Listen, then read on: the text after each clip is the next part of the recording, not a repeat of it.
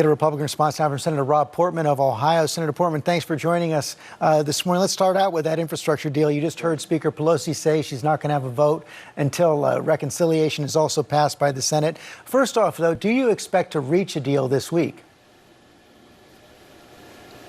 Well, George, let me say that what she has just said is entirely counter to what President Biden has committed to and what the Senate is doing, which is a two-track process. The infrastructure bill has nothing to do with the reckless tax and spend extravaganza that she's talking about in terms of what reconciliation, as she called it. So no, I'm not happy with what she said because it's inconsistent with the agreement that we have on a bipartisan basis. Does that mean we'll end up with nothing? Go on their own. Well, if she has her way, we could. I'm not sure what the future is of reconciliation. I know that the bipartisan infrastructure package is very popular among the American people and in the United States Congress because it makes sense.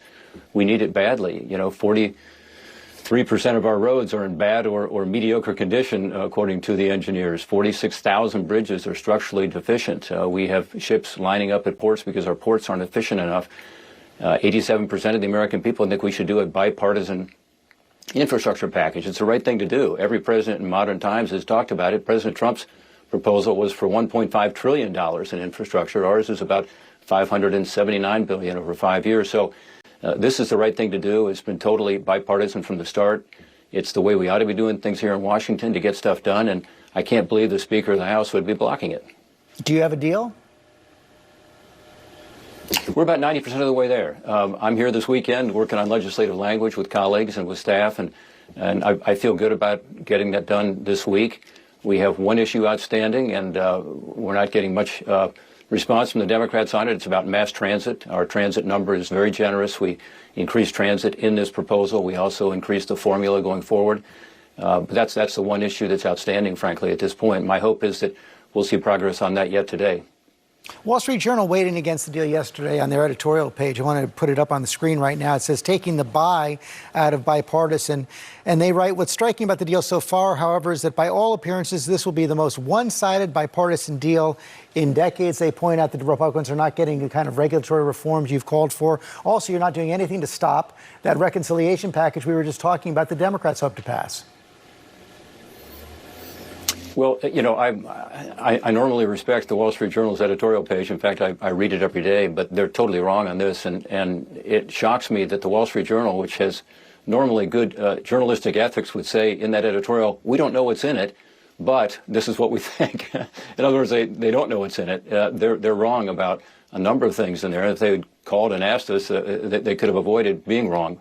One is they say that there's no permitting reform. There's historic permitting reform in this legislation, and they should strongly support that, as should every Republican and Democrat, by the way, because it allows the federal dollar to go further. Second, they say that it's not bipartisan. It's entirely, I can guarantee you, every single one of the issues has been bipartisan in the sense that there have been Republican views and Democrat views, and we found a way to find common ground, which is exactly what ought to happen. I think the editorial reflects the fact that this city, Washington, D.C., is not used to this. We're building from the middle out and coming up with something that is truly bipartisan. Finally, they suggest that somehow this will be bad for the economy. It's good for the economy. Every economist that's looked at it says that.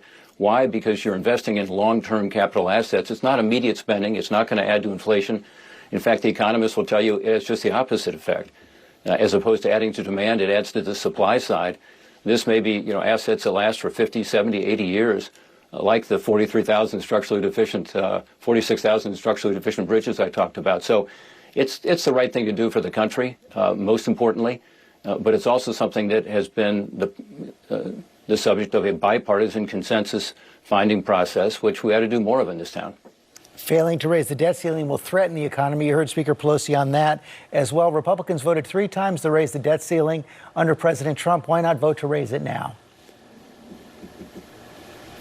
Well, I think it's in the context of the reconciliation bill, which is unbelievable, George, at a time when we have incredibly high inflation, highest we've had probably in 20 years. And you look back at what they're proposing here, it is, it's a huge new spending increase at a time when we have unprecedented levels of debt, over $30 trillion soon, a $1 trillion deficit likely this year, and then the largest tax increase in American history. And these are tax increases that are not necessary. Right now, the Congressional Budget Office tells us that tax receipts, and this is the nonpartisan Congressional Budget Office, are going to be higher than anybody expected this year and next year. In fact, a 10% increase next year, because the 2017 tax reform actually worked.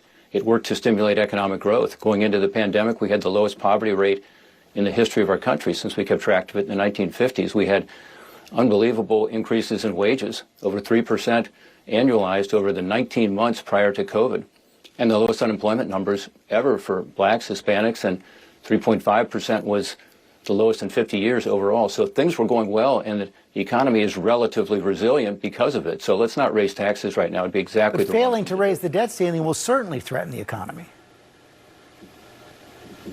Well, again, the debt ceiling has to be raised because of these tax and spend policies, and we need to ensure we get the spending under control. So typically when we do a debt ceiling, as you know, there's attached to it some restraint on spending. That's, how not we're under able President to get some Trump. spending over the last decade. Well, under every president, there is a discussion of how you actually, if you're going to raise the debt ceiling, how do you do something to affect the debt, particularly the long-term debt of this country. And I think we ought to have that discussion. Senator Portman, thanks for your time this morning.